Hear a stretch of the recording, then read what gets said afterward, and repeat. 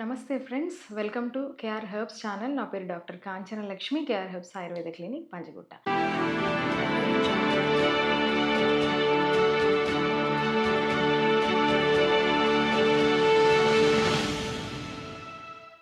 ఈరోజు మన వీడియోలో డస్ట్ అలర్జీస్ గురించి, వాటిని కంబాట్ చేసేటువంటి కొన్ని రకాల ఆయుర్వేదిక్ హెర్బ్స్ గురించి తెలుసుకుందాం.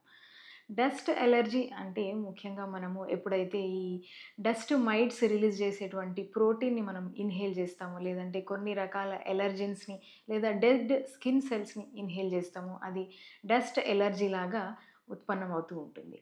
సో, ఈ డస్ట్ మైట్స్ అనేవి మైక్రోస్కోపిక్ బగ్స్ లాగా, చిన్న చిన్న బగ్స్ లాగా ఉంటూ ఒక హ్యూమిడ్ ప్లేసెస్‌లో, వార్మ్ ప్లేసెస్‌లో అంటే కార్పెట్స్ పైన గానివ్వండి, కొన్ని రకాల ఫర్నిచర్ పైన గానివ్వండి, అక్కడ ఎక్కువగా ఈ డస్ట్ మైట్స్ అనేవి ఉంటూ ఉంటాయి.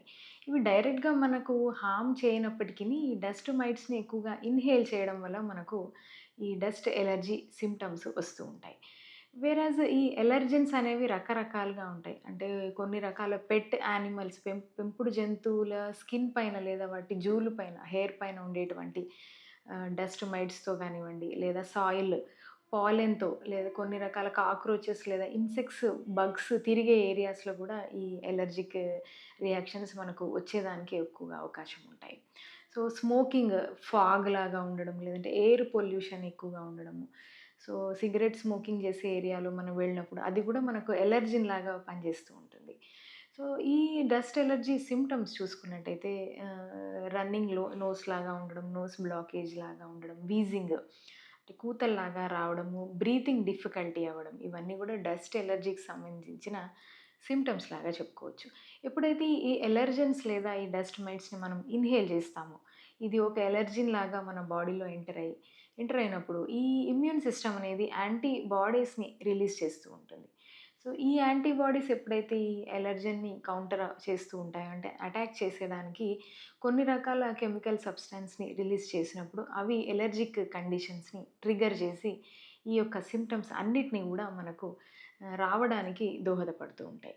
ఈ డస్ట్ ఎలర్జీస్‌ని కంబాట్ చేయడానికి మనకు ఆయుర్వేదంలో చెప్పినటువంటి కొన్ని హెర్బ్స్ గురించి ఈరోజు మనం ఈ వీడియోలో తెలుసుకుందాం. ఎలర్జీస్‌ని కంబాట్ చేసేటువంటి మొదటి హెర్బ్ చూసుకున్నట్టయితే టర్మరిక్, పసుపు లేదా హరిద్ర అని దీన్ని సాంస్క్రిట్‌లో అంటారు.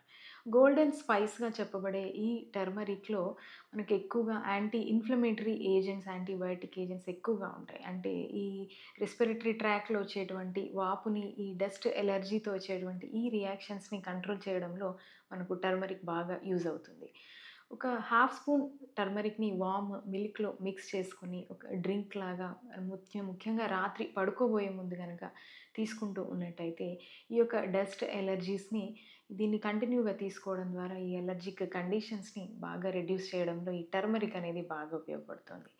రెండవది చూసుకున్నట్టయితే తులసి లీవ్స్. సో, ఈ తులసి అనేది రెస్పిరేటరీ సింప్టమ్స్‌ని తగ్గించడంలో ఒక ఏజ్ ఓల్డ్ హెర్బ్ లాగా, అంటే మన అమ్మమ్మలు, నానమ్మలు వాడేటువంటి ఒక విరివిగా వాడే మనకందరికీ తెలిసిన హెర్బే ఈ తులసి.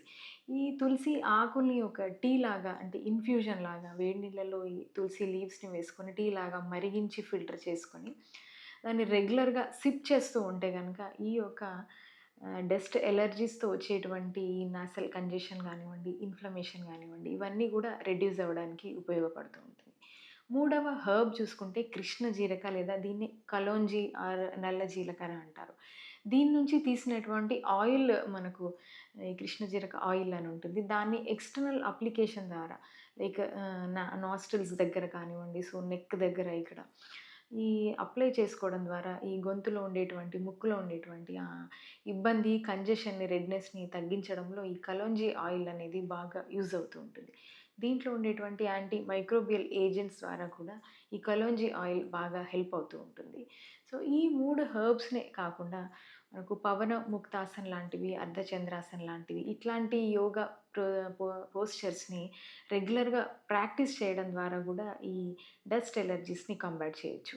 ఇవన్నీ కాకుండా బ్రీతింగ్ ఎక్సర్‌సైజెస్, ప్రాణాయామ లాంటివి రెగ్యులర్ ప్రాక్టీస్ చేయడం ద్వారా లంగ్ పవర్ అనేది ఇంప్రూవ్ అవుతూ ఉంటుంది.